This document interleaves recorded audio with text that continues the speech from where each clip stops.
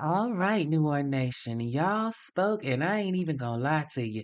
The way y'all ran this poll up, ooh, I was watching it like a tennis match, baby, because from the very beginning, ending B stayed in the lead. And that told me everything I needed to know. Because this ending right here, honey, this ain't the everything works out version. Oh no, this is the version where survival kicks in. This is the version where someone decides I'm not about to go down for nobody. Now, before we get into it, I need you to remember where we left off. Danielle is sitting in that room. The bag has already been in her possession, and the only thing standing between her and a whole life she didn't sign up for is what she says next. So go on ahead and get comfortable, baby, and let's see what happens when Danielle decides to save herself. Danielle stared at the photo, then back at the detective, then back at the photo again. And something in her just snapped into place. Because fear will paralyze you, but survival, that will wake your ass up real quick. The gun wasn't in the bag when I opened it. Detective Benton didn't move. Then where did it come from? Danielle leaned forward. You asking the wrong person. Now that got his attention. Oh yeah? You need to find Keisha. Once Danielle started talking, she did not stop. Everything came out. The call, the crying, the parking lot, the bag, the silence, the second call, how her tone shifted, the way Keisha said, something I can't undo. Detective Benton wrote it all down. Then he asked, why you? Danielle didn't even hesitate. Because I'm clean. And he looked at her kind of funny. She knew y'all would believe me before you believed her. And she was right. The room went quiet. Not the kind of quiet where nothing's happening, the kind of quiet where everything just shifts. Detective Benton tapped his pen against the table, and then he leaned forward. You willing to prove that? Danielle didn't blink. What you need? The plan was simple. Danielle just had to be exactly who Keisha thought she was. Naive, loyal, and a little bit slow to catch on. Danielle made the call. She put it on speaker to let Detective Benton hear everything. The phone rang once. The phone rang twice. The phone rang 3 times. And then someone answered. What? Keisha's voice sounded real dry and real flat. So Danielle let her voice shake just a little bit. They came to my house. Silence. Who came to your house? The police. That pause. Oh, baby, that wasn't fear. That was calculation. And they got the bag, Keisha. And then there was another pause. And then Keisha hit her with the, what bag? Danielle almost smiled. Almost, because there it was, the game that they were about to play. Stop playing with me, Keisha. You told me not to open it. I didn't. I just did what you said. Keisha exhaled. And just like that, she kind of relaxed a little bit. Because in her mind, Danielle was still exactly who she thought she was. Okay, Keisha said. Listen to me and listen to me close. I am. If they got it, then you don't say nothing. You hear me? I didn't.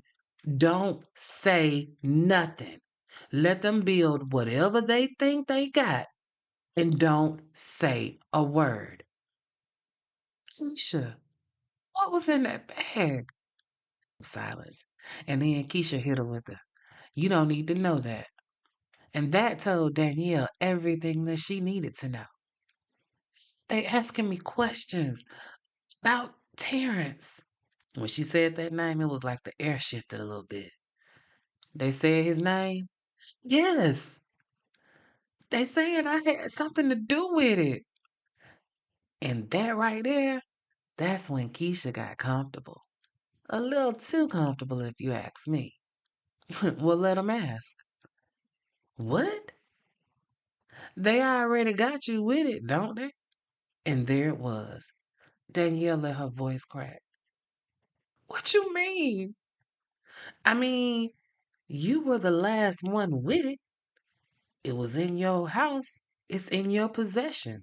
Baby, that's cold. That's calculated. That's the finishing move, right? You said you were helping me. I was. Helping you mind your business.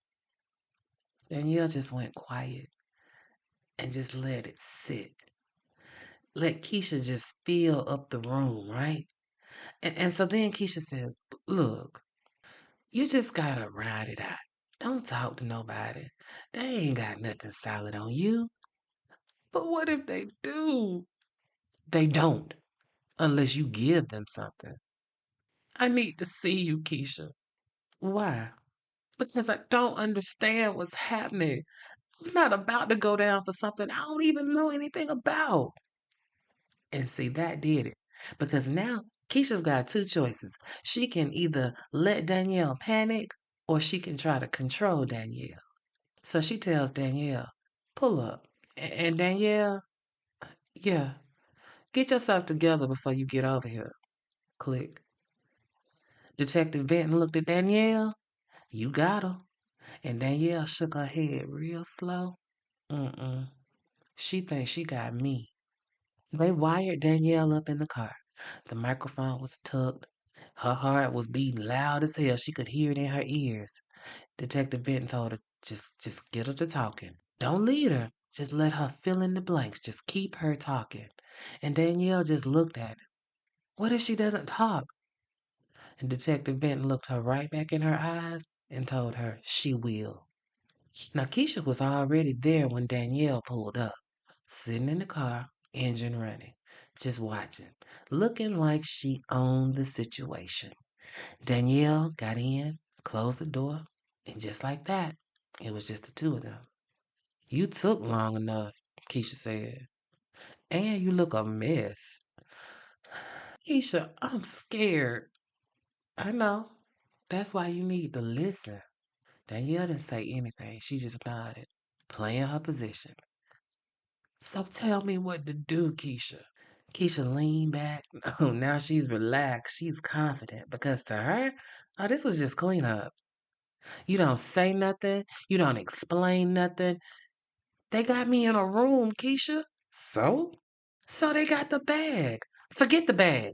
The bag is your problem now. Danielle turned to her slowly. My problem?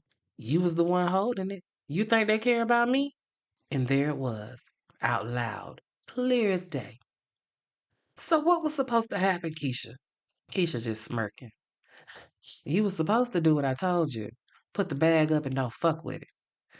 And then what? Were you ever planning to come get it, or was the plan to stick me with it like some sick, twisted version of hot potato? Now it's my turn. Tag you in. Keisha looked Danielle dead in her eyes and said, type shit. And had the nerve to roll her eyes when she said it. Oh, honey, that was ego. This bitch got audacity like it was on sale. Buy one, get one free. They would have found it with your fingerprints all over it. Danielle felt her stomach drop. You were gonna call it in, weren't you? Keisha didn't deny it. She just said, what's understood don't need to be spoken, right? Danielle just laughed. You set me up. Keisha shrugged. I mean, I just used what made sense at the time. Silence filled the car. Heavy, ugly silence. Danielle looked at Keisha with tears in her eyes. We've been friends since middle school. I have had your back since way back. And you would do me like this? Drag me into something that you know I ain't have shit to do with and leave me fucked up? What if I didn't take the bag? What, you were gonna kill me like you did Terrence? Hmm. Girl, please. If I wanted you gone, you'd be gone. That just hung in the air. It was the wrong thing to say. Danielle leaned in slightly. Why me? Keisha hesitated for just a second. And that's all it took. Because you don't know no better. Because don't nobody look at you twice, girl. Ain't nobody thinking about you. Danielle felt her chest get tight. But you just had to open it, didn't you? No, I didn't. Then how you know what was inside the bag? Danielle stared deep into Keisha's eyes and said, I didn't know until they showed me what was in the bag. Keisha leaned back in her seat, exhaled like she was just tired of the whole situation. And just like that, she stopped pretending. Look, it's already done. I just needed somebody that wouldn't ask no questions, or somebody who would know the right questions to ask. Somebody that was easy to manipulate and would fall for a few fake ass tears. You. And just like that, it was done. Sirens exploded all around them. Lights flooded the car. Keisha's head snapped off and looked at Danielle. And that look, oh baby, she knew immediately what this was. You set me up. Not a question, a realization. Danielle didn't smile, she didn't gloat, and she also didn't flinch. You chose me, she said quietly, and I just returned the favor. By that time, Keisha was trying to lunge at Danielle. The doors was being yanked open. It was officers everywhere, pulling Keisha out the car. Now, she tried her best to get at Danielle, screaming and yelling how she was going to make her pay. Oh, you think you clean now? Bitch, you think you clean? You already in it. Danielle just stood there and watched as they put Keisha in the handcuffs and drove her away to her new spot at the county jail. Now, the recording sealed it. Clear, clean, undeniable. Keisha's voice, Keisha's plans, Keisha's words. There was no more guessing, no more he said, she said. Just the truth straight from the horse's mouth. And baby, it didn't look too good for old girl. The case broke wide open after that. We talking murder, fraud, and conspiracy. Names started coming up, property started getting flagged, accounts were getting frozen. Because once they started pulling at those threads, everything unraveled. And Danielle, she walked. No charges, no cuffs, no record. Clean. At least on paper. Months later, Danielle sat in her apartment. Same sofa, same blanket, same walls, but nothing felt the same. Because once you hear somebody calmly explain how they were going to ruin your life, you just can't go back to normal after that. Danielle's phone rang. Unknown number. She stared at it, watched it ring. And for a second, just a second, her mind went there. What if it's her? What if Keisha got somebody on the outside? What if this ain't over? She just let it ring, and then she flipped the phone over. Because peace don't come from answers. It comes from boundaries. And so she leaned back, blew out a shaky breath, looked around her apartment like she was seeing it for the first time. Because this was the same place she almost lost everything. Same place where she almost got buried under somebody else's decisions. The same place where she learned everybody ain't your friend. Some people, they just waiting on the right moment to use you. Danielle shook her head and softly said to herself, I should have known. No, I should have moved different. Because that's the part people don't like to admit. It's not always about what somebody else did. Sometimes it's about what you allowed. Danielle's phone lit up again. Same unknown number. Somebody was persistent. Danielle picked up this time. Didn't answer it. Just held it. Then she sent it to voicemail again. Because some doors, once you close them, you don't ever open them again. She set that phone down, looked straight ahead, and said out loud and clear this time, no more favors. And that right there, that's what happens when you choose yourself. Now, if you want the alternate endings and the full story series, you all are going to have to subscribe using the link in the description. It's going to work on any listening platform that you like. I'm talking Spotify. This is your fix. I am your host, Stassi Schroeder. Welcome to Tell Me Lies, the official podcast. What's the most unhinged thing of season 3? Steven, because he's so evil. I do think he is misunderstood. You see everyone face consequences. It's intoxicating. The writers just know how to trick you. There's always a twist in this show. Tell Me Lies, the official podcast, January 6th, and stream the new season of Tell Me Lies, January 13th on Hulu and Hulu on Disney+. Apple, wherever it is that you listen, darling. I hope you have enjoyed this first sample installment of Melanin Mayhem story series. Again, let me tell you, these stories will drop on Sunday nights and the alternate endings available, all of them to you by subscription. I hope you've enjoyed this as much as I have enjoyed bringing it to you.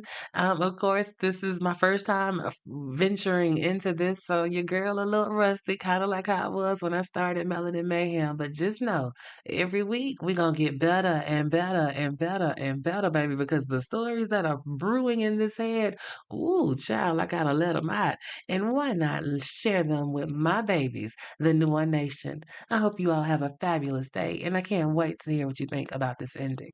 Don't forget, tomorrow, the alternate ending C I'm going to drop as well. Bye. Ooh-wee, Nana, you did that.